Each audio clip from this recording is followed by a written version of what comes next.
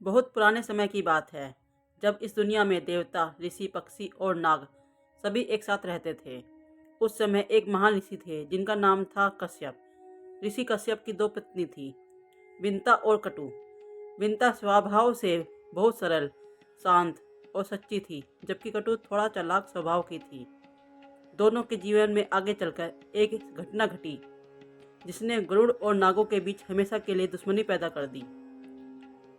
समय बीतने पर विंता के यहाँ एक चालाक तेजस्वी पुत्र का जन्म हुआ। यही पुत्र आगे चलकर पक्षियों के राजा बने, जिन्हें हम गरुड़ के नाम से जानते हैं।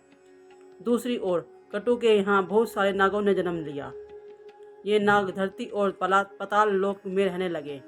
शुरू में सब कुछ ठीक था, लेकिन एक छोटी सी शर्त के साथ सब कुछ बदल दिया। एक दिन स्वर्गलोक से एक बहुत सुंदर दिव्य घोड़ा प्रकट हुआ। वह घोड़ा इतना चमकदार और सुंदर था कि उसे देखकर सभी लोग आश्चर्य में पड़ गए।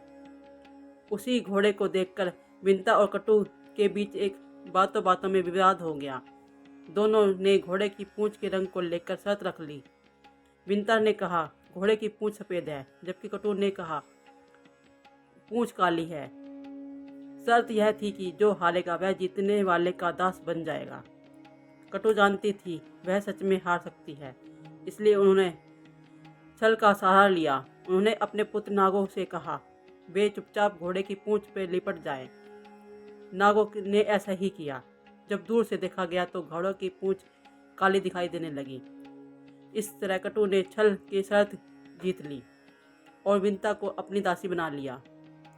जब विंता के नागों की सेवा करनी पड़ी, यह उनके लिए बहुत बड़ा अपमान था। यह एक सम्मानित माता थी, लेकिन अब उन्हें दासी की तरह रहना पड़ता था। यह स्थिति बहुत समय तक चलती रही।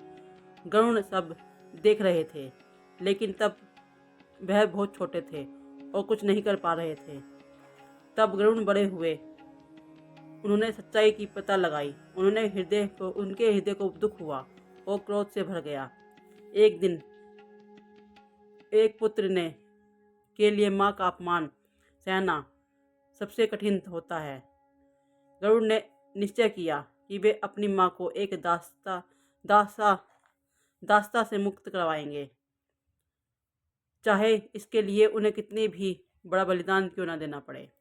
गरुड़ सीधे नागों के पास गए और बोले उनकी माँ को मुक्त करने के लिए नागों को क्या शर्त रखी थी। नागों ने कहा अगर तुम हमें अमृत लाके दोगे तभी हम तुम्हारी माँ को आज़ाद करेंगे।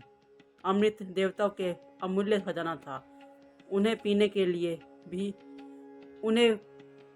उसे पीने की से कोई भी अमर हो सकता था। इसकी रक्षा स्वयं देवता करते थे। यह कार्य बहुत कठिन था, लेकिन गरुड़ की माँ मुक्ति के लिए यह चुनौती स्वीकार कर ली। गरुड़ स्वयं स्वर्गलोक की ओर उड़ चले। रास्ते में उन्होंने देवताओं से युद्ध करना पड़ा, लेकिन गरुड़ की शक्ति बहुत अधिक थी। उनके पंखों में की एक ही फड़फड़ाहट से आकाश हिल जाता था।